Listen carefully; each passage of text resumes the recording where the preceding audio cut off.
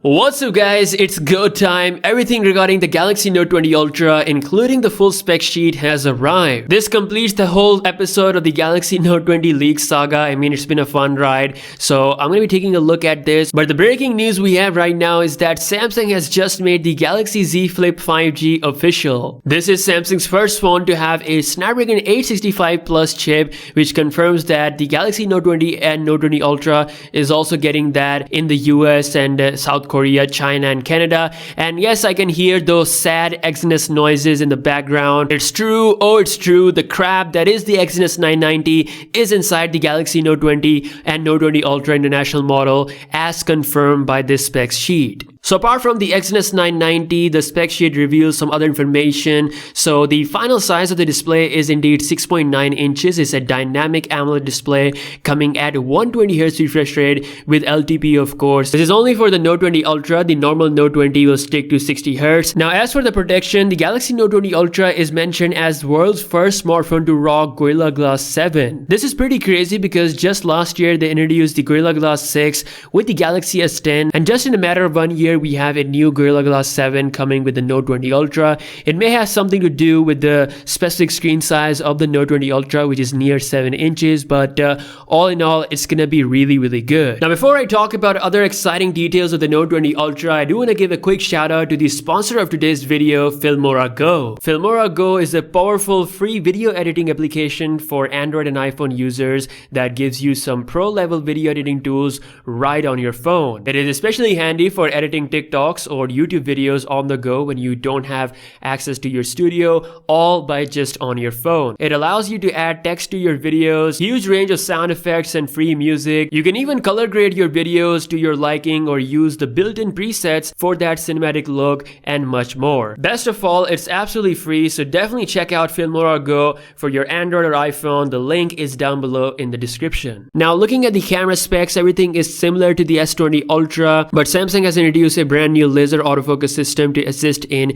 fast autofocusing, especially in video. Samsung has also completely changed the zoom setup, so now we have a proper 5x optical zoom on the Note 20 Ultra, which is a little bit more than the 4x of the S20 Ultra. And as we have talked about before, the 100x zoom is dead. It is coming with 50x limit as confirmed by Jimmy is Promo. He actually posted some material via hands-on of the Note 20 Ultra. Now interestingly, it seems like Samsung has dropped the 40 megapixel front camera of the S20 Ultra, and they're actually using the 10 megapixel one on the Galaxy Note 20 Ultra. Now in my usage, I haven't seen a major selfie difference on the S20 Ultra compared to my Galaxy S20. Samsung has also added some pro video settings. We can now shoot videos in 21:9 aspect ratio, so both 8K and 4K is available in the new resolution. This is something that we'll most likely see on the S20 Ultra as well via a software update. One of the most exciting features, which is the wireless text, it's also confirmed via this leak, so this is one feature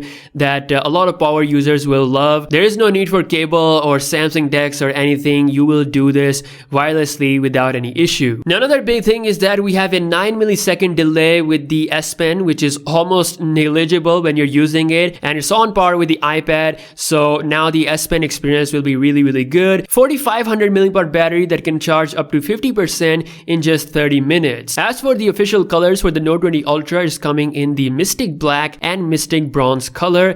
Of course, I'm gonna go with the Mystic Bronze, but yeah, overall design looks amazing. As I've said before, much better than the S20 Ultra. A lot more depth going on in almost every area. I really appreciate these camera rings that are color coordinated, and we also have those rings on the side of the whole camera bump. As for the normal Note 20, here are the colors. We have the green, gray and bronze color on launch. I'm pretty sure Samsung will make more colors available in the future. So Roland mentioned that Samsung will make a white Galaxy Note 20 Ultra 5G model. It will be only specific to the European markets, but what could be a problem for Samsung is the Exynos 990 processor. It is a 2.7 GHz octa-core CPU. That is actually the same clock speed as the Galaxy S20 family, so this could mean that Samsung has done pretty much nothing nothing to the Exynos 990 processor, and it's still coming with the same kind of stuff that we have already seen, and that is actually very concerning if it is indeed true. We're just a few days away from the official announcement, and usually these leaks from Roland, which come out very near to the official announcement, they always do come out to be true. So this very well sealed the deal for the Note 20 Ultra. I'm sure people out there who are not tech nerds like us, they probably might not care about this, but yeah, Exynos 990